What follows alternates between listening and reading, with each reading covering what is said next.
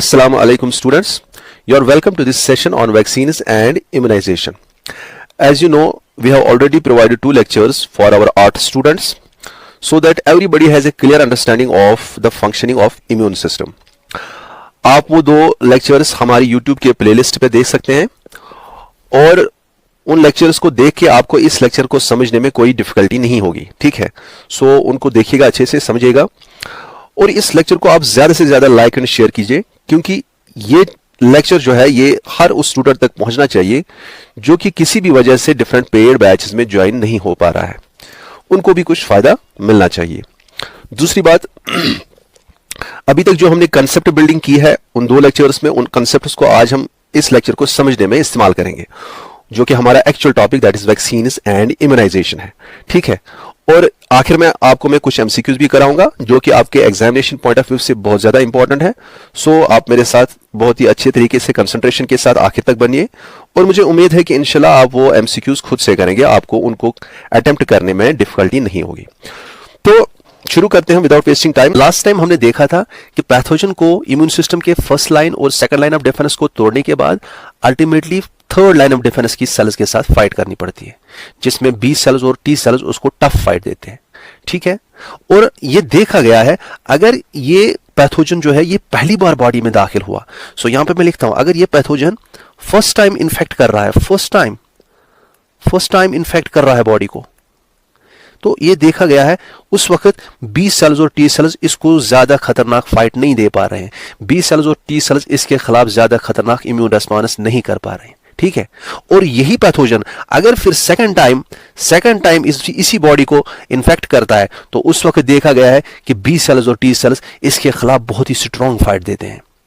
और क्वेश्चन ये पैदा होता है कि ऐसा क्यों होता है कि पहली बार किसी भी बॉडी में कोई पैथोजन दाखिल होता है, उसकी लाइफ में पहली बार जब पैथोजन उसकी बॉडी में दाखिल होगा तो उसके खिलाफ उसके बी सेल्स और टी सेल्स उतना खतरनाक इम्यून रेस्पॉन्स नहीं दिखाएंगे, उतनी फाइट उसके खिलाफ नहीं करेंगे। लेकिन जब वही पैथोजन दूसरी बार उसी इंसान की बॉडी में कभी दाखिल होगा तो उस वक्त उसकी बी सेल्स और टी सेल्स उसके खिलाफ बहुत ही खतरनाक फाइट करेंगे, मतलब कि उसके खिलाफ बहुत खतरनाक इम्यून रेस्पॉन्स करेंगे, ठीक है? तो ऐसा क्यों होता है, ये सवाल आपके जहन में भी होगा। इसका रीजन एक ही है कि जब ये बी सेल्स और टी सेल्स यहां पे फाइट करते हैं ना इस पैथोजन के खिलाफ, अल्टीमेटली इनमें से कई सारी बी सेल्स और टी सेल्स ट्रांसफॉर्म हो जाती हैं into memory cells, into memory, कौन कौन सी cell? Memory B and memory T cells.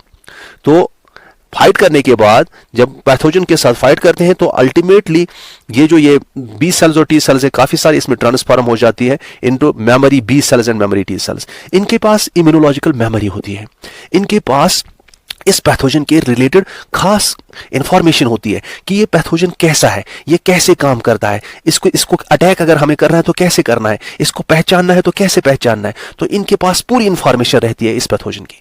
तो जब भी फर्स्ट टाइम इन्फेक्शन होता है उस वक्त ये मेमोरी बी सेल्स और टी सेल्स ऑलरेडी प्रेजेंट नहीं होते हैं, memory B and T cells उस वक्त ऑलरेडी प्रेजेंट नहीं होते हैं, क्योंकि ये पहली बार इसकी बॉडी में इन्फेक्शन हो गया, इससे पहले तो नहीं हुआ है। तो इसका मतलब है इस पैथोजन के रिलेटेड इनके बी सेल्स और टी सेल्स के पास कोई भी इंफॉर्मेशन नहीं है, कोई मेमोरी नहीं है, ठीक है?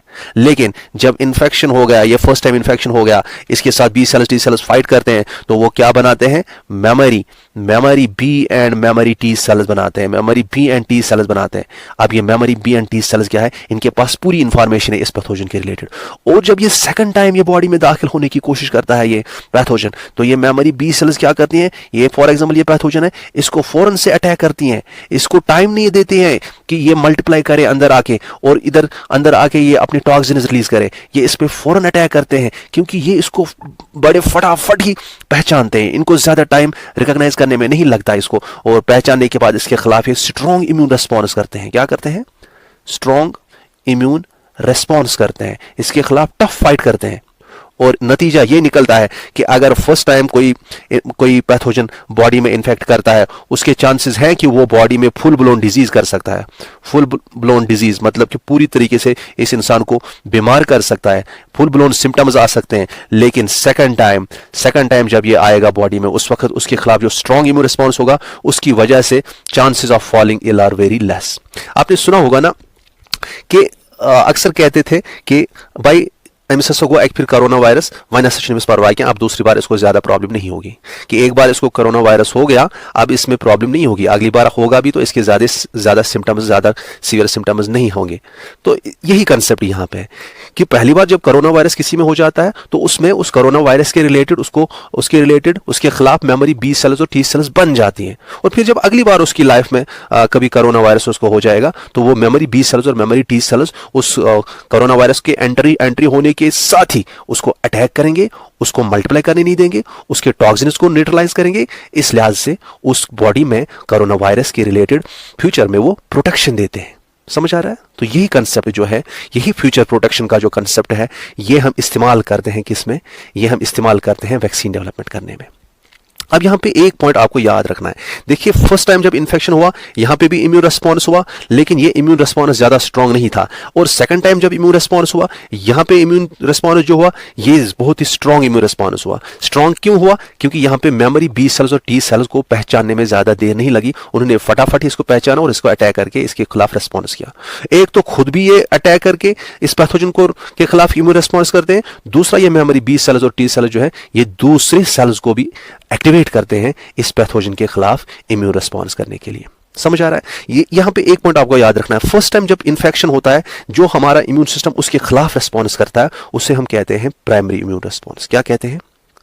Primary immune response. ठीक है, शॉर्ट में लिखता हूं। और सेकंड टाइम अगर यही पैथोजन दाखिल होके इसके खिलाफ जो इम्यून सिस्टम रिस्पॉन्स करता है उसे हम कहते हैं सेकेंडरी इम्यून रेस्पॉन्स। समझ आ रहा है?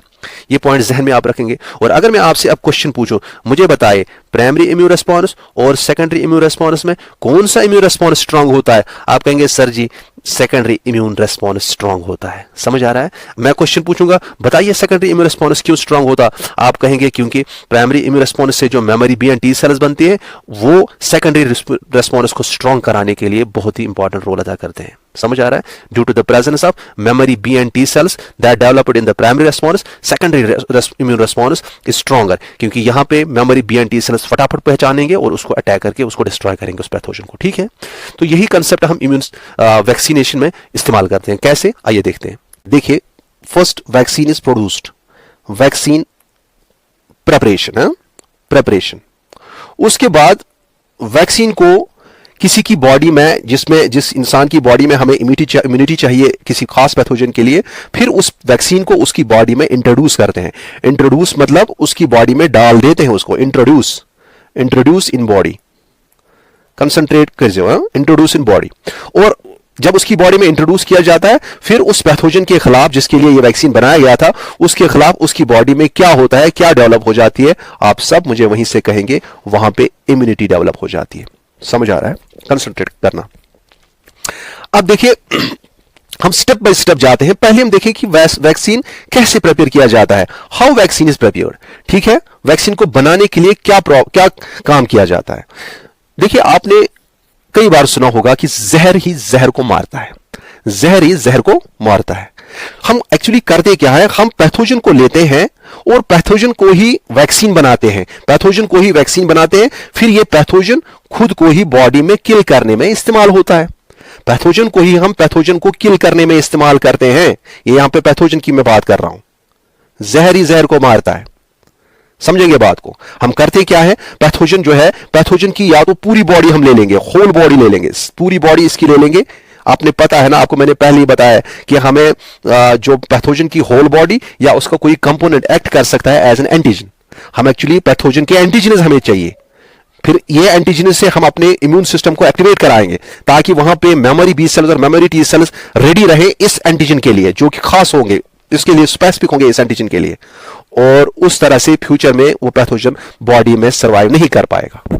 समझ आ रहा है? ये कंसेप्ट यहां से सीखे हम। इसकी होल बॉडी या इसका कोई कंपोनेंट, बॉडी का कोई कंपोनेंट यूज करेंगे। उसका क्या बनाएंगे हम? बताइए क्या बनाएंगे हम बनाते हैं वैक्सीन। सपोज मैं यहां पे ये वैक्सीन बना देता हूं, तो ये वैक्सीन हमने बनाया, फिर हम इस वैक्सीन को किस में इंट्रोड्यूस करते हैं? बॉडी में इंट्रोड्यूस करते हैं, उस बंदे की बॉडी में इंट्रोड्यूस करते हैं जिसमें हमें इस पैथोजन के खिलाफ इम्यूनिटी चाहिए। सपोज ये है वही मोटा पतलू, इस मोटे पतलू में हम क्या करेंगे, हम इसमें इस वैक्सीन को डाल देंगे, इंट्रोड्यूस कर देंगे। और इंट्रोड्यूस करने को हम एक खास नाम देते हैं, आपने पता होगी, उसे हम कहते हैं वैक्सीनेशन। वैक्सीनेशन, बॉडी में वैक्सीन को डालना ही उसी को कहते हैं वैक्सीनेशन। ठीक है, तो वैक्सीनेशन जब हम इसकी करते हैं, आपने पता है यहां पे हमने इस पैथोजन का क्या लिया, या इसकी पूरी बॉडी लेते हैं या इसकी बॉडी का कोई कंपोनेंट लेते हैं, उससे हमें क्या फायदा मिलेगा? एक्चुअली हमें इस बॉडी में इसके एंटीजेन्स चाहिए, इसके एंटीजेन्स चाहिए। तो यहां पे इस बॉडी, ये जो इंसान है, ये जो मोटा पतलू है, इसकी बॉडी में इस पैथोजन के एंटीजेन्स रिलीज होंगे। ये देखिए फॉर एग्जांपल हम ये रेड से एंटीजन दिखाते हैं, यहां पे रेड से, ये देखिए ये इसके एंटीजेन्स यहां पे रिलीज हो गए। समझ आ रहा है? जब हमने वैक्सीन डाला इसमें, ये किसके एंटीजेन्स है? ये पैथोजन के एंटीजेन्स है। और अब हमें एंटीजेन्स किस लिए चाहिए? क्योंकि हमारी बी सेल्स और टी सेल्स को किसी पैथोजन के एंटीजेन्स को पहचानने के लिए उनके पास रिसेप्टर्स होते हैं, तो हमें उनको अगर एक्टिवेट कराना है तो उनके रिसेप्टर के लिए एंटीजन मिलना चाहिए। समझ आ रहा है? तो यहां पे क्या, कौन सी सेल है हमारी? एक तो हमारी बी सेल है और हमारी टी सेल है। ये दो सेल्स वेट कर रही हैं, लाओ हमारे पास एंटीजन कोई, हम देखेंगे, हम उसके साथ मैच करेंगे। चलो मैं आपको कलर भी वही रखूंगा, ठीक है। हम उसके साथ मैच करके उसको रीड करेंगे, उस पर एंटीजन को, ये इस एंटीजन के साथ मैच होके यहां पे ये बी सेल्स और टी सेल्स क्या करती हैं? Primary immune response. याद करिए लास्ट फिगर में जिसकी मैं बात कर रहा था, पहली बार ये इसकी बॉडी में हम इस किस्म का पैथोजन से बनाया हुआ वैक्सीन डाल देते हैं, ठीक है। तो इसमें कौन सा इम्यून रेस्पॉन्स होगा? ये सेकेंडरी इम्यून रेस्पॉन्स होगा कि पहली बार ये लाइफ में हो रहा है? इसमें पहली बार, this is known as primary immune response. समझ आ रहा है? प्राइमरी इम्यून रेस्पॉन्स इसकी बॉडी में हो रहा है। और प्राइमरी इम्यून रेस्पॉन्स होने के बाद मुझे बताइए, इसमें ये जब फाइट करेंगे आखिर में ये कौन सी सेल्स बनाएंगे? किन सेल्स के जरिए ये फ्यूचर के लिए मेमोरी रखेंगे? हाँ भाई, ये बनाएंगे मेमोरी। इसमें से कई सारी सेल्स ट्रांसफॉर्म होंगी into memory B and memory T cells में ट्रांसफॉर्म होंगे। समझ आ रहा है? प्राइमरी इम्यून रेस्पॉन्स होने के बाद, और जब इसके बाद फ्यूचर में अगर यही पैथोजन जो यहां पे हमने लिया था, जिससे वैक्सीन बनाया था हमने, जिसकी बॉडी को के एंटीजेन्स को यूज करके वैक्सीन बनाया था, अगर यही पैथोजन दोबारा कभी कोशिश करता है कि हाँ भाई मुझे इस वक्त इसके अंदर जाना है, इस मोटे पतलू को पकड़ना है, इसके अंदर डिजीज करानी है, तो यहां पे आते ही इसको memory B and T cells बोलेंगे, हमारे पास ऑलरेडी तुम्हारी मेमोरी है, हमें ऑलरेडी पता है तुम कैसे दिखते हो, तुम कैसे काम करते हो, हमें ज्यादा टाइम इस वक्त नहीं लगेगा, इस वक्त हम आपको फटाफट रिकॉग्नाइज करेंगे, और जब आप अंदर आ जाओगे हम आप पे अटैक करेंगे। ये इस पे अटैक करते हैं, ये इसको क्या करते हैं? इसको फास्ट रिकॉग्नाइज करेंगे, फास्ट रिकॉग्नाइज। इसको टाइम नहीं लगेगा, इस वक्त इनको टाइम नहीं लगेगा इस पैथोजन को रिकॉग्नाइज करने में जितना पहली बार लगा था, और अल्टीमेटली इसको क्या कराएंगे? इसको एलिमिनेट कराएंगे। इसका मतलब है जब ये सेकंड टाइम ये पैथोजन इसी बॉडी में दाखिल होने की कोशिश करता है, ये पैथोजन, इस पैथोजन को वहां पे मल्टीप्लाई करने का मौका नहीं दिया जाता है, वहां पे टॉक्सिन्स प्रोड्यूस करने का मौका नहीं दिया जाता है, और ये इसलिए उस बॉडी में डिजीज नहीं कर पाएगा। समझ आ रहा है ना? आपको फिगर से समझ आ रहा है, इसलिए मैं फिगर ज्यादा यूज कर रहा हूं। अब अगर मैं आपको क्वेश्चन डालूं, मुझे बताइए बेटा, यहां पे आपने बोला कि पहली बार जब हमने वैक्सीन डाला इसमें पैथोजन के एंटीजेन्स डाले तो इसमें प्राइमरी इम्यून रेस्पॉन्स हो गया, लेकिन यहां पे सेकंड टाइम जब ये पैथोजन बॉडी में दाखिल हो गया, सर जी इसमें कौन सा रेस्पॉन्स यहां पे हो गया? आप मुझे बताइए, क्या ये प्राइमरी रेस्पॉन्स हो गया कि ये सेकेंडरी रेस्पॉन्स हो गया? Sir this is the secondary immune response, क्योंकि ये पहली बार इसमें पैथोजन दाखिल नहीं हो रहा है, ये दूसरी बार। पहली बार पैथोजन के एंटीजन किस तरीके से हमने दाखिल किए? बाय फॉर्मिंग ए वैक्सीन के जरिए हमने डाले थे। इस वक्त ये सेकेंडरी इम्यून रेस्पॉन्स है, और सेकेंडरी इम्यून रेस्पॉन्स ही मेमोरी बी सेल्स और मेमोरी टी सेल्स का इस्तेमाल करता है, जो इसे खुद भी डिस्ट्रॉय करते हैं और बाकी सेल्स को भी एक्टिवेट करते हैं, उनको भी बोलते हैं चलो भाई ये हमने पहचान लिया, आप पकड़ो, आप भी मारो इसको, और इसको जल्दी ही एलिमिनेट करा देते हैं। समझ आ रहा है? तो हमने इस तरह से इसी प्राइमरी इम्यून रेस्पॉन्स वैक्सीन से क्या किया? हमने बॉडी में प्राइमरी इम्यून रेस्पॉन्स कराना है ताकि बॉडी में memory B and memory T cells बने, और जब एक्चुअल पैथोजन बॉडी में आने की कोशिश करेगा उससे मेमोरी बी सेल्स और टी सेल्स पकड़ेंगे, उस पर सेकेंडरी इम्यून रेस्पॉन्स होगा, और वो सेकेंडरी इम्यून रेस्पॉन्स आपने पता है वो तो स्ट्रांग होता है, उसमें टाइम नहीं लगता है, वो फटाफट उसको एलिमिनेट करेंगे, उसको मौका ही नहीं देंगे कि वो मल्टीप्लाई करके अपने टॉक्सिन्स प्रोड्यूस करे और फिर डिजीज करे। समझ आ रहा है? मेहरबानी करके कंसंट्रेशन के साथ जाइएगा। मैं चीजों को रिपीट इसलिए करता हूं क्योंकि जो कि रिवीजन साथ साथ होता है ना बातों का, वही चीजें आपके जहन में रहेंगे, ठीक है? तो यहां पे आप कंसंट्रेट कीजिए। नाउ अब सवाल यह पैदा होता है कि भाई हमने इसकी पैथोजन की बॉडी को इस्तेमाल करना है, पैथोजन की बॉडी या उसके कंपोनेंट्स को इस्तेमाल करना है वैक्सीन बनाने के लिए, लेकिन हमें तो पता है यह तो डिजीज काज करता है। हमने मोटे पतलू को ले लिया, यहां पे इसके अंदर इन पैथोजन से वैक्सीन बना दिया, पैथोजन के कंपोनेंट या बॉडी से वैक्सीन बना दिया। पता चला जब इसमें हमने वैक्सीन डाला, अगर ऐसे ही हम इस पैथोजन को इसमें डालते हैं, इस मोटे पतलू में, इसमें क्या होगा?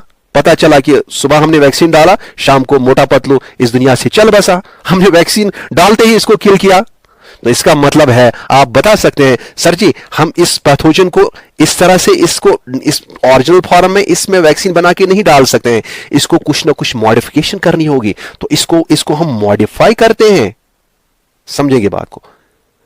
ऐसे ही अगर डालेंगे ये तो खुद ही डिजीज करेगा ना इसमें, इसलिए इन पैथोजेनिक एंटीजन्स को मॉडिफाई करना पड़ता है। अब मॉडिफाई कैसे करेंगे हम इसमें, मुझे बताएं कैसे मॉडिफाई करेंगे। याद रखिएगा, इंपॉर्टेंट पॉइंट है, आपके एग्जामिनेशन पॉइंट ऑफ व्यू से बहुत इंपॉर्टेंट पॉइंट है कि जो पैथोजन होता है इसके पास दो प्रॉपर्टीज होती हैं। कितनी प्रॉपर्टीज होती हैं? एक प्रॉपर्टी पैथोजन में होती है जिससे हम कहते हैं पैथोजेनिसिटी। क्या कहते हैं? पैथोजेनिसिटी। पैथोजेनिसिटी का मतलब है डिजीज कॉजिंग एबिलिटी। तो कितना ये डिजीज, यहां लिखता हूं मैं, आपको याद रहेगा, डिजीज कॉजिंग एबिलिटी। पैथोजेनिसिटी का क्या मतलब है? Disease causing ability. जितना ज्यादा किसी की पैथोजेनिसिटी है उतना वो ज्यादा खतरनाक है, ठीक है। और दूसरी प्रॉपर्टी होती है पैथोजन में, पैथोजन या पैथोजन के एंटीजन्स में क्या खास होती है, उसे हम कहते हैं इम्यूनोजेनिसिटी। क्या कहते हैं? इम्यूनोजेनिसिटी। अब ये वाला क्या है? ये है ability to activate immune system. Immune system को एक्टिवेट करने की एबिलिटी, उसे हम कहते हैं इम्यूनोजेनिसिटी। यहां मैं लिखता हूं ability to activate immune, short में लिखता हूं टाइम बचाने के लिए, इम्यून सिस्टम। समझ आ रहा है? Ability to activate immune system. अब मैं आपको क्वेश्चन डालूंगा, बेटा आप मुझे बताइए मुझे, इसको हम मॉडिफाई करके इन प्रॉपर्टीज में से एक प्रॉपर्टी को खत्म करते हैं। आप मुझे बताइए कौन सी प्रॉपर्टी वो होगी जिसको हम खत्म करके फिर वैक्सीन उसका बना के इसमें डाल देंगे। वैक्सीन बनाते टाइम हम किस प्रॉपर्टी को खत्म करेंगे? क्या हम इसकी इम्यूनोजेनिसिटी को खत्म करें? अरे अगर हमने इम्यूनोजेनिसिटी को खत्म किया मतलब ये इम्यून सिस्टम को एक्टिवेट ही नहीं कर पाएगा। इसका मतलब है इसमें B cells T cells activate ही नहीं होंगे, फिर वहां पे प्राइमरी इम्यून रिस्पॉन्स तो होगा ही नहीं। और memory B cells T cells कहां से बनेंगे फिर?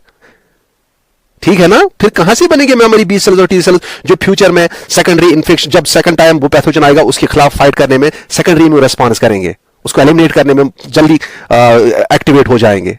अरे भाई इसका मतलब है कि इम्यूनोजेनिसिटी को हमें इससे रिमूव नहीं करना है, इस मॉडिफिकेशन में इम्यूनोजेनिसिटी को टच नहीं करना है, हमें इसमें डिजीज कॉजिंग एबिलिटी को रिमूव करना है। इसका मतलब है इसमें जब हम डालेंगे इसमें डिजीज होनी नहीं चाहिए, ठीक है। इसमें ये मानो कि इसका जहर हम निकालते हैं, उसका मतलब है इसकी पैथोजेनिसिटी को खत्म करते हैं जब हम वैक्सीन बनाते हैं, जब हम जिस पैथोजन के एंटीजन से वैक्सीन बनाते हैं। तो ओवरऑल जो ये modified form of this pathogen होता है या इसके बॉडी पार्ट्स मॉडिफाइड होते हैं, बॉडी कंपोनेंट्स मॉडिफाइड होते हैं, उस फॉर्म को हम कहते हैं नॉन पैथोजेनिक फॉर्म। याद रखिएगा कौन सी फॉर्म हम यूज करते हैं? Non pathogenic form of this pathogen हम यूज करते हैं, क्योंकि डिजीज कॉजिंग एबिलिटी हमने रिमूव कर दी मॉडिफाई करके, और नॉन पैथोजेनिक फॉर्म को ही हम एक और नाम देते हैं, आपके एग्जाम में डायरेक्ट पूछ सकते हैं, उसे हम कहते हैं एवाइरुलेंट फॉर्म। क्या कहते हैं? एवाइरुलेंट फॉर्म। कंसंट्रेट करिएगा मेहरबानी करके। तो हमने किस फॉर्म में पैथोजन से वैक्सीन बनाना है, किस फॉर्म में पैथोजन को या उसके कंपोनेंट्स को कन्वर्ट करना है ताकि उसका वैक्सीन बन जाए जो हम इस्तेमाल करेंगे। हम नॉन पैथोजेनिक फॉर्म में या जिसे हम एवाइरुलेंट फॉर्म में, कि इसमें डिजीज करने की, बीमारी करने की एबिलिटी नहीं होनी चाहिए। समझ आ रहा है? और यहां पे मैं एक बात आपको बता ही देता हूं, हम जो बॉडी या उसके कंपोनेंट्स को जो हम पैथोजन के यूज करते हैं ना, इसी के बेस पे हम किस किस्म के एंटीजन्स को यूज करेंगे, इसकी बॉडी से निकाल के यूज करेंगे, उसके बेस पे आपके टाइप्स ऑफ वैक्सीन आते हैं। क्या हम होल पैथोजन को यूज करेंगे, होल पैथोजन को, क्या हम पूरे पैथोजन की बॉडी को यूज करेंगे, या इसके किसी पार्ट को यूज करेंगे? फॉर एग्जाम्पल इसके प्रोटीन्स को यूज करेंगे, क्या हम इसके प्रोटीन्स को यूज करेंगे वैक्सीन बनाने के लिए, या हम इसके एमआरएनए को यूज करेंगे वैक्सीन बनाने के लिए, या इसके डीएनए को यूज करेंगे वैक्सीन बनाने के लिए? ये बताऊंगा आगे में ये चीजें क्या है। इसी बेस पे आपका जो आता है, इसी बेस पे आपके डिफरेंट टाइप्स ऑफ क्या आते हैं, डिफरेंट टाइप्स ऑफ वैक्सीन आते हैं। डिफरेंट टाइप्स ऑफ वैक्सीन क्या होते हैं, किस बेस पे बनते हैं डिफरेंट टाइप्स ऑफ वैक्सीन आपके, वो होता है कि हम पैथोजन के किस कंपोनेंट की, पैथोजन की पूरी बॉडी या पैथोजन का प्रोटीन या कोई पार्ट या उसका एमआरएनए आरएनए, ये अभी आपको अगर समझ नहीं आ रहा है एमआरएनए आगे बताऊंगा मैं, टेंशन नहीं लेना, या उसका डीएनए, ये इनमें से कौन सी चीज हम यूज करेंगे वैक्सीन बनाने के लिए, उसी बेस पे आपके डिफरेंट टाइप्स ऑफ वैक्सीन आते हैं। समझ आ रहा है, वो मैं आगे पढ़ा दूंगा आपको, ठीक है। यहां पे लेकिन हम नेक्स्ट स्टेप पे जाते हैं कि हमने तो पहले वैक्सीन बना दिया, वैक्सीन हमने प्रिपेयर कर दिया, इसमें हमने उससे डिजीज कॉजिंग एबिलिटी रिमूव कर दी उस पैथोजन से और उसका वैक्सीन बना दिया जो अब कुछ हद तक सेफ है, ठीक है ना, कुछ हद तक सेफ है, और ये इसमें प्राइमरी इम्यून रिस्पॉन्स कराएगा ताकि फ्यूचर में अगर पैथोजन आता है तो उसके खिलाफ सेकेंडरी इम्यून रिस्पॉन्स हो और उसको इजीली डिस्ट्रॉय कर पाए। अच्छा, नाउ अब ये वैक्सीन बन गया, अब हमें इसमें डालना है, इसको डालने को हम क्या कहते हैं, that is known as vaccination. Vaccination जो होती है, अक्सर यहां पे कंफ्यूजन होता है बच्चों में कि vaccination and immunization is one and the same thing, ठीक है, vaccination and immunization is one and the same thing, और कहने में भी बुक्स भी कई सारी ऐसा लिखते हैं कि वैक्सीनेशन और इम्यूनाइजेशन सेम है, लेकिन इसमें थोड़ी सी डिफरेंस है, वो आपको समझना है। वैक्सीनेशन का मतलब है बॉडी में इस वैक्सीन को डालना, बॉडी में वैक्सीन को डालना, दैट इज वैक्सीनेशन। लेकिन इम्यूनाइजेशन का मतलब है वो सारी प्रोसेस जिससे इसकी बॉडी में इम्यूनिटी डेवलप हो जाती है। अगर मैं आपको सवाल कहूं, बेटा आप मुझे बताइए इम्यूनिटी क्या है, इम्यूनिटी मतलब है कि फ्यूचर में इसमें इंफेक्शन नहीं होना चाहिए। समझ आ रहा है, फ्यूचर में इसमें इंफेक्शन नहीं होना चाहिए। अगर इसमें पैथोजन दाखिल होता है उसके खिलाफ ऑलरेडी यहां पे कौन सी सेल्स हैं, किन सेल्स की वजह से यहां पे इम्यूनिटी है, सर जी बिल्कुल बिल्कुल बिल्कुल memory cells, memory B cells और मेमोरी टी सेल्स जो है, इन्हीं की वजह से इसकी बॉडी में इम्यूनिटी है। तो ये इम्यूनिटी बनना, इम्यूनिटी डेवलप हो जाना, उसके लिए जो प्रोसेस इन्वॉल्व होती है उसी को हम इम्यूनाइजेशन कहते हैं। समझ आ रहा है, कंसंट्रेट करना। अब अगर मैं आपको सवाल कहूं, मुझे बताइए कौन कौन सी प्रोसेस इन्वॉल्व हो गई इम्यूनाइजेशन में, इम्यूनिटी डेवलप करने में, आप कहोगे सर सबसे पहले तो वैक्सीन डालना है ना, वैक्सीनेशन तो इसमें आएगा, अगर हम वैक्सीन नहीं डालेंगे तो इम्यूनिटी कैसे डेवलप हो जाएगी। सर जी पहले वैक्सीन डालना है जिसे हम कहते हैं वैक्सीन, उसके बाद इसमें कौन सा रेस्पॉन्स होना है, primary immune response. Primary immune response किन सेल से, बी सेल्स और टी सेल्स से, तो ये भी इसमें आएगा इम्यूनाइजेशन में। और उसके बाद क्या बनना है इसमें, मेमोरी बी सेल्स और टी सेल्स, तो ये भी इसमें आ जाएगा। इसका मतलब है, यहां पे मैं लिख देता हूं आप सबके लिए, स्पेशली फॉर आर्ट स्टूडेंट्स, उनको प्रॉब्लम नहीं होनी चाहिए, ठीक है, क्योंकि साइंस वाले इजीली समझ जाते हैं। इम्यूनाइजेशन में क्या क्या आता है, पहले तो वैक्सीन डालना है, ठीक है ना। इम्यूनाइजेशन में देखना हमें किस प्रोसेस से इम्यूनिटी डेवलप होती है, पहले तो वैक्सीन डालेंगे बॉडी में जिसे हम कहते हैं वैक्सीनेशन। वैक्सीनेशन के बाद इसमें कौन सा रेस्पॉन्स होगा, क्या सेकेंडरी इम्यून रेस्पॉन्स होगा कि प्राइमरी इम्यून रेस्पॉन्स। सर जी प्राइमरी इम्यून रेस्पॉन्स, अभी सेकेंडरी की बात नहीं है, रेस्पॉन्स। और उसके बाद इसमें क्या बनना, सर जी वो सेल्स बनना जो कि फ्यूचर में प्रोटेक्शन देंगे, those are known as memory B and T cells, इनका बनना। तो ये सारी प्रोसेस जो है ये किस में आ जाती हैं, इम्यूनाइजेशन में। समझ आ रहा है, कहने में आता है कि immunization and vaccination is same, लेकिन आप ये पॉइंट याद रखिए, vaccination is a part of this immunization, vaccination process is a part of this immunization process. समझ आ रहा है, ये याद रखेंगे आप। अच्छा, अब यहां पे कंसेप्ट ये बनता है जो कि आपके एग्जाम में थोड़ा सा मैं यहां पे आपको कंसंट्रेट करा देता हूं। देखिए, अब बॉडी में वैक्सीनेशन का मतलब क्या है, अब बॉडी में वैक्सीन डालना। अब आपने सुना होगा कि इसके काफी सारे रूट्स होते हैं वैक्सीन बॉडी में डालने के, इसके काफी सारे रूट्स होते हैं। आप मुझे बताइए कौन कौन सा रूट होता है। कभी आपने सुना है अमिताभ बच्चन बोलता है 2 बूंद जिंदगी के, है ना, कहां से, वहां वो रूट कौन सा है जो वो बोलता है पोलियो के लिए जो बोल रहा था। तो आपने सुना होगा कुछ वैक्सीन जो है वो हम ओरल या नेजल रूट से देते हैं, मुंह से या नाक से डालते हैं, ये हो गया एक रूट। दूसरा रूट होता है कि हम इंजेक्ट करेंगे, इंजेक्ट करके डिफरेंट रीजन्स में उसको डाल देते हैं। इंजेक्ट करके हम कहां कहां पे डाल सकते हैं, एक रूट होता है जिसे हम कहते हैं इंट्राडर्मल, डर्मिस में डाल देते हैं। इसी तरह से एक और रूट होता है जिसे हम कहते हैं सबक्यूटेनियस रीजन में डालते हैं, सबक्यूटेनियस, कंफ्यूज नहीं होना, टेंशन नहीं लेना, सब याद होगा आपको। इसी तरह से एक और रूट होता है जिसे हम कहते हैं मसल में इंजेक्शन करते हैं। ऑरल तो हो गया मुंह से या नेजल, मुंह या नाक से, कुछ वैक्सीन मुंह या नाक से डालते हैं, लेकिन कुछ हम इंट्राडर्मल देते हैं, कुछ वैक्सीन सबक्यूटेनियस रीजन में डालते हैं, कुछ वैक्सीन हम मसल में डालते हैं। और सबसे कॉमन फॉर्म जो है ये कॉमन रूट जो है वैक्सीनेशन का वो है मसल। तो ये सबसे कॉमन है, समझ आ रहा है ना। अब आपके जहन में ये सवाल आ गया होगा, मुझे पता है आपको ये पता ही नहीं है, स्पेशली आर्ट स्टूडेंट्स को, कि क्या होता है सबक्यूटेनियस, क्या होता है इंट्राडर्मल, ये क्या होता है। देखिए बेटा, मैं आपको यहां पे आसानी से समझाने की कोशिश करूंगा, टेंशन लेने की कोई जरूरत नहीं है, हम पढ़ाने के लिए बैठे हैं। देखिए फॉर एग्जाम्पल किसी की ये बाजू है, ये इस मोटे पतलों की हम बाजू ले लेते हैं। ये देखिए, ये इसके हाथ, ये इसके अंगूठे वगैरह, ये देखो ये हो गया इसका हाथ। अब यहां पे सबसे ऊपर वाली लेयर जो होती है, आपने पता है ऊपर से स्किन है, लेकिन स्किन में बेसिकली दो लेयर्स होती हैं। एक तो ये ऊपर वाली लेयर जिसे हम कहते हैं एपिडर्मिस, क्या कहते हैं, एपिडर्मिस, और इसके अंदर वाली लेयर यहां पे मैं दिखा देता हूं, ये फॉर एग्जांपल ये एक मोटी लेयर होती है जिसे हम क्या कहते हैं, this is known as epidermis. के अंदर क्या होगा, इसे हम कहेंगे डर्मिस, क्या कहेंगे, this layer is known as dermis. उसके बाद नेक्स्ट लेयर जो होती है वो आपने पता है, जहां पे आपका फैट वगैरह स्किन के नीचे छुपा होता है, उसे हम क्या कहते हैं, that is known as subcutaneous region. आपने सुना होगा ना सबक्यूटेनियस फैट के बारे में, वो यहीं पे होता है, सबक्यूटेनियस रीजन, सबक्यूटेनियस रीजन, ये रीजन सबक्यूटेनियस है, सबक्यूटेनियस टिश्यू होता है यहां पे।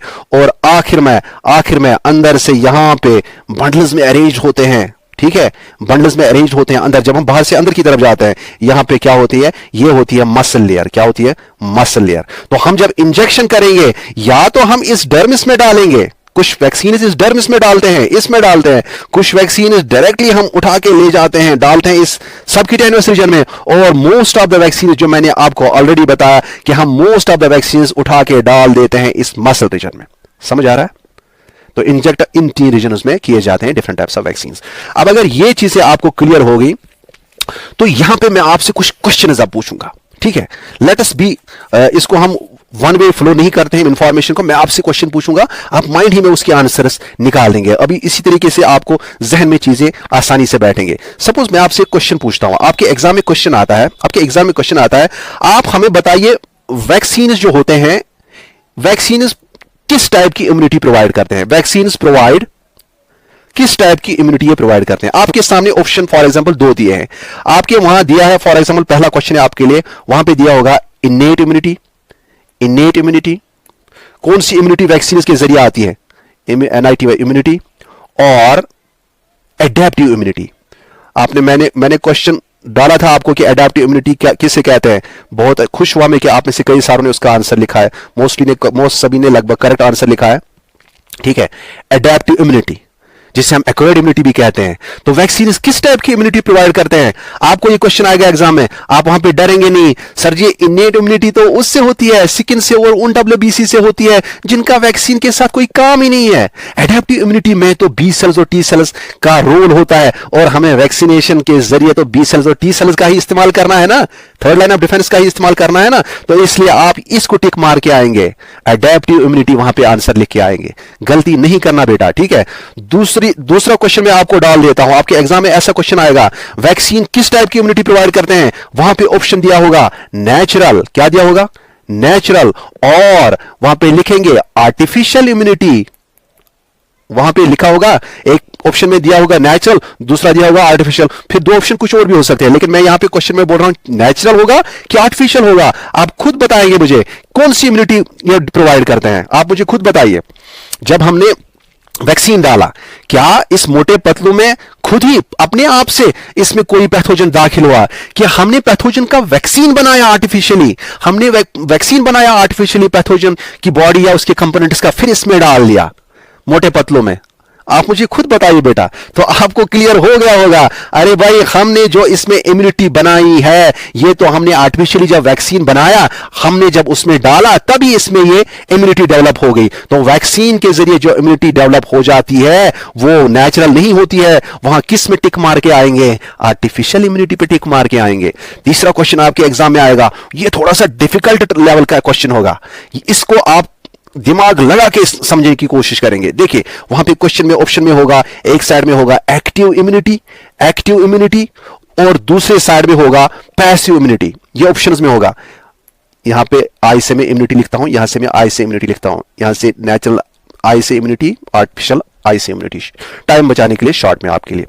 आप मुझे खुद बताइए, क्या वैक्सीन से बॉडी में एक्टिव इम्यूनिटी आती है कि पैसिव इम्यूनिटी आती है? साहब कहेंगे सर जी अभी तक इसका हमें पता नहीं है, we have no information about this. तो मेरे दोस्तों, माय फ्रेंड्स, आप देखिए क्या होता है यहां पे। खास चीज क्या होता है कि अगर आपको कभी बताएंगे एक्टिव इम्यूनिटी क्या है, वो ये इम्यूनिटी होती है जो कि किसी पैथोजन के खिलाफ किसी की बॉडी में डेवलप होती है और वो उसकी बॉडी का इम्यून सिस्टम एक्टिवली पार्टिसिपेट करता है उस इम्यूनिटी में। समझ आ रहा है? किसी की बॉडी में जब इम्यून सिस्टम उसको इम्यूनिटी देता है जिसमें उसका इम्यून सिस्टम एक्टिवली पार्टिसिपेट करता है, उसे हम कहते हैं एक्टिव इम्यूनिटी। और अगर उसका इम्यून सिस्टम उसमें इम्यूनिटी बनाने में एक्टिवली पार्टिसिपेट नहीं करता है, उसे हम कहते हैं पैसिव इम्यूनिटी। हो गया नहीं है सर के ऊपर से? मत आ गया समझ आपको? अब देखो कैसे समझ आएगा, मुझे पता है ना आपको समझ कैसे आएगा। आप यहां पे कंसंट्रेट कीजिए, टेंशन लेने की जरूरत नहीं है। हमारे सामने ये हमारा मोटे पतलू है, इसको हम क्या करते हैं, इसकी बॉडी में हम देखते हैं ये कैसे होता है, ये सारी चीजें कैसे होती हैं। देखिए ये इसकी लेग्स हैं, ये इसके आर्म्स हैं। ये मोटे पतलू कम लगता है, ये पेंगुइन ज्यादा लगता है ना। अब देखिए यहां पे फॉर एग्जाम्पल ये एक पैथोजन है, दिस इज अ पैथोजन।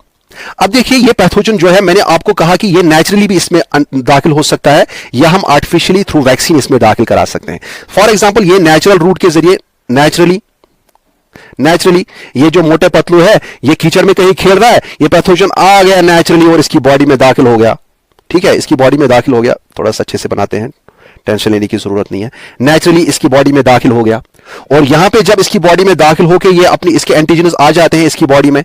आपने पता है यहां पे कौन सी सेल्स हैं, बी सेल्स हैं और कौन सी सेल्स हैं, टी सेल्स हैं। ये इसके खिलाफ काम करेंगे। पहली बार जब ये अगर ये पहली बार ये इंफेक्शन ये पैथोजन इसकी बॉडी में दाखिल हो रहा है, आप मुझे बताइए क्या इसके खिलाफ बी सेल्स और T sales secondary immune response करते हैं कि प्राइमरी इम्यून रेस्पॉन्स करते हैं?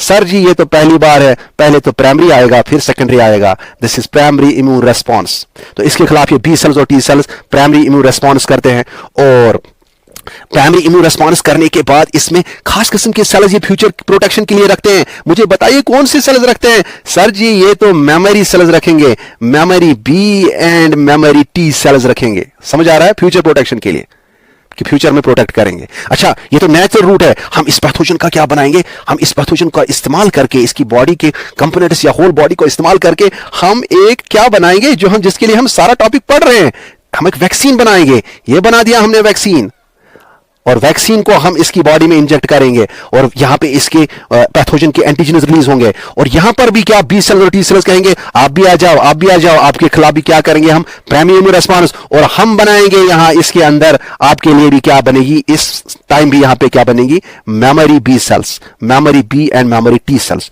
तो चाहे नेचुरली बॉडी में इंफेक्शन हो जाए किसी पैथोजन का या हम आर्टिफिशियली, ये है ना वैक्सीन के जरिए क्या करते हैं हम? आर्टिफिशियली वैक्सीन के जरिए आर्टिफिशियली हम इसमें बॉडी में कोई इंफेक्शन ये पैथोजन के एंटीजन्स इंट्रोड्यूस करते हैं, बॉडी में डाल दें। तो दोनों केसेस में क्या होता है? Memory B cells and memory T cells बनते हैं। और आपने पता है ये मेमोरी बी सेल्स और मेमोरी टी सेल्स का काम क्या है? क्या काम है?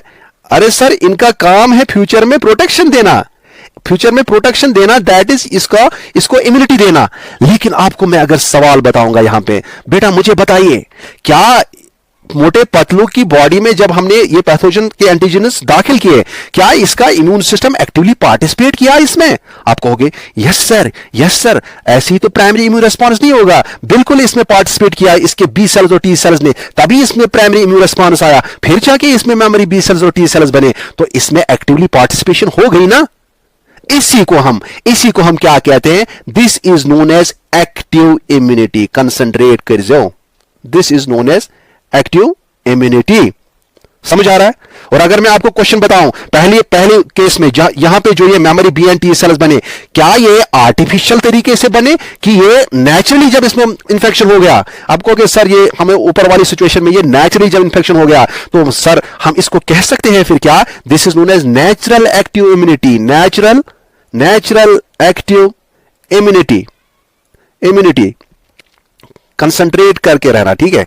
अच्छा सेकंड केस में मुझे बताओ बेटा, क्या ये नेचुरली इसमें इंफेक्शन हुआ था कि हमने इंड्यूस कराया इसमें इंफेक्शन, हमने इसमें वैक्सीन डाल दिया? सर जी हमने इसमें वैक्सीन डाल दिया, वैक्सीन के जरिए पैथोजन के एंटीजन डाल दिए, तो ये नेचुरल होगा कि artificial active immunity? Sir ji this is artificial active, AI से लिखता हूं एक्टिव इम्यूनिटी शॉर्ट में, एक्टिव इम्यूनिटी। कंसंट्रेट करना यहां पे, ठीक है, ये क्लियर हो गया। तो मेहरबानी करके इसको फोकस रखिए। अब यहां पे सवाल ये पैदा होता है, चाहे आर्टिफिशियल एक्टिव इम्यूनिटी हो या नेचुरल एक्टिव इम्यूनिटी हो, ये एक्टिव इम्यूनिटी डेवलप होने में थोड़ा सा टाइम लगता है। क्यों? क्योंकि अरे बी सेल्स और टी सेल्स को तो पहले पहचानना है ना, पैथोजन को, उसको रिकॉग्नाइज करना है, फिर जाके ये आगे पूरा ये प्राइमरी इम्यून रिस्पॉन्स करेंगे, फिर जाके आखिर में ये मेमोरी बी सेल्स और टी सेल्स बनाएंगे। ये एकदम से विद इन 1 और 2 डेज नहीं होता है। इसको मिनिमम इस एक्टिव इम्यूनिटी को डेवलप होने में 7 से लेके 10 दिन लग जाते हैं, 7 से लेके 10 दिन लग जाते हैं।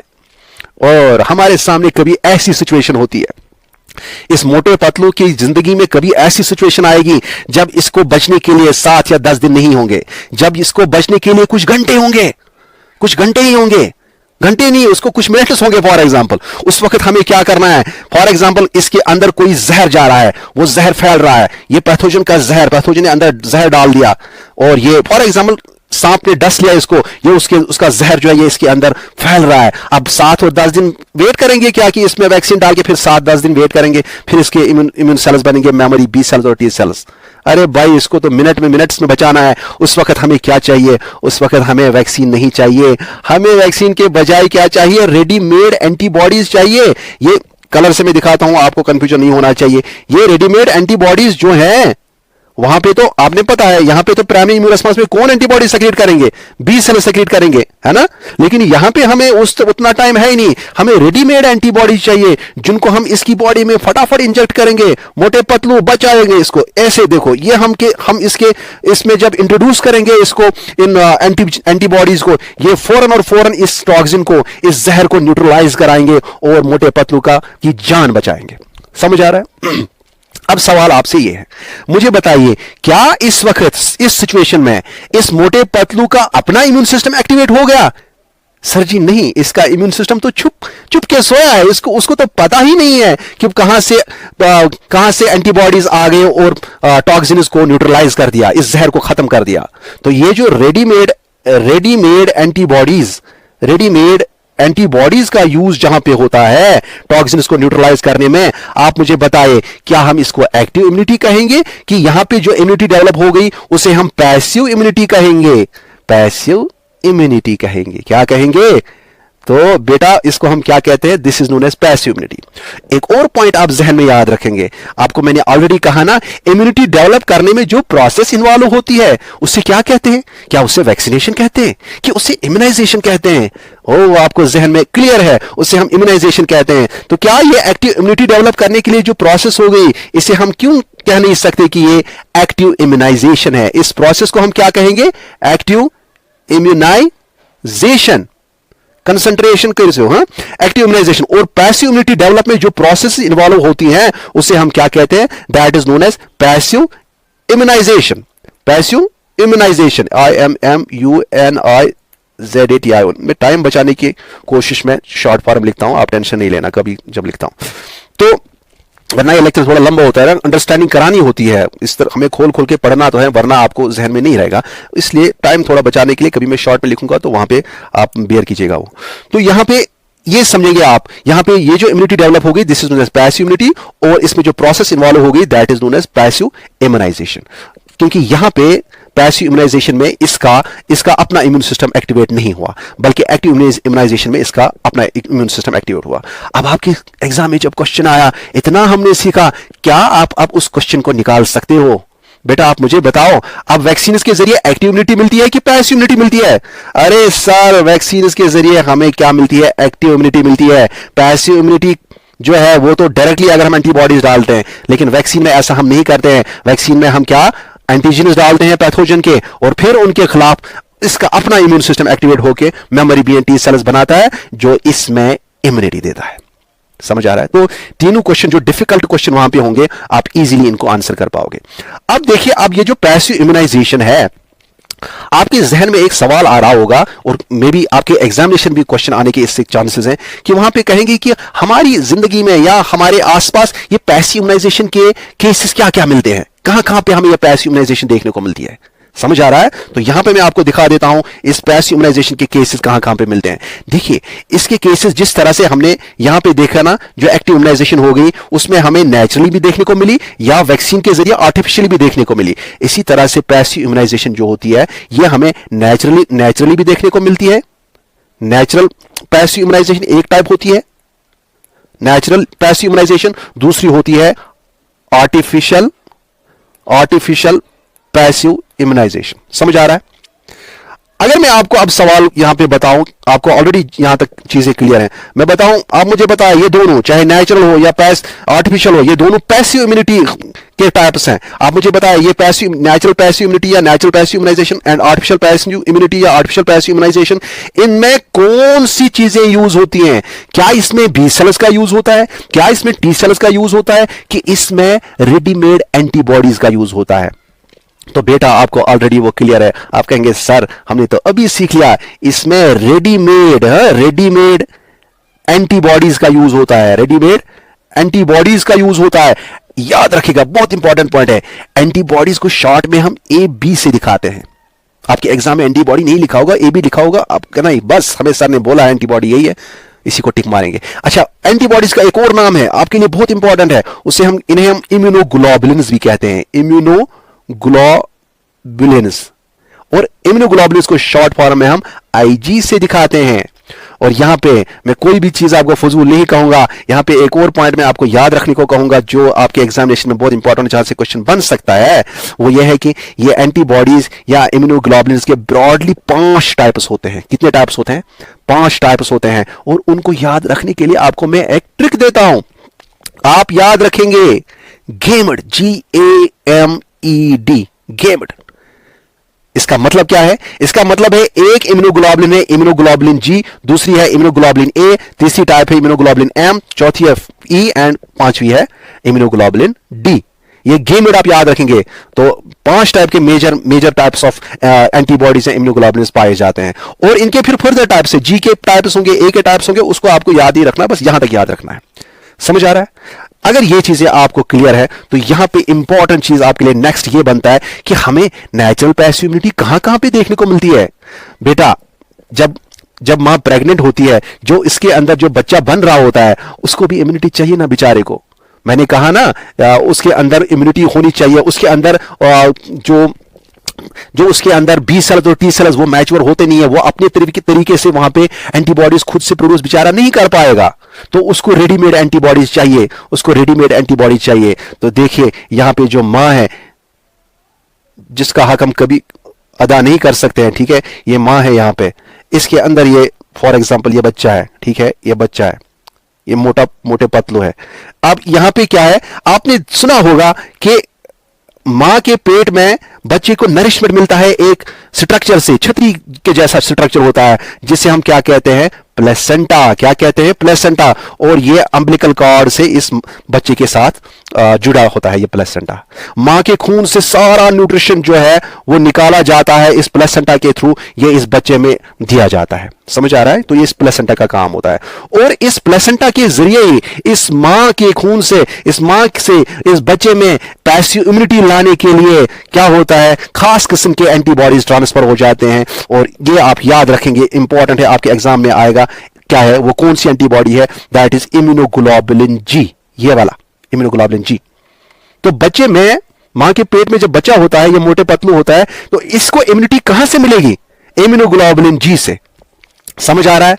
अच्छा मुझे बताइए, क्या यहां पे जो ये मोटा पतलू है इसका अपना इम्यून सिस्टम एक्टिवेट हुआ? नहीं सर, इसका अपना इम्यून सिस्टम, इसको तो खबर ही नहीं बेचारे को, इसको तो मां से ये डायरेक्ट ये रेडीमेड एंटीबॉडीज मिल रहे हैं और ये नेचुरल तरीके से मिल रहे हैं, इसमें कोई आर्टिफिशियली यूज तरीका नहीं हुआ, ये तो नेचुरली अल्लाह ताला ने नेचर में ऐसा रखा है कि मां के पेट में बच्चे को एंटीबॉडी मिल जाती है प्लेसेंटा के जरिए। कौन सी एंटीबॉडी?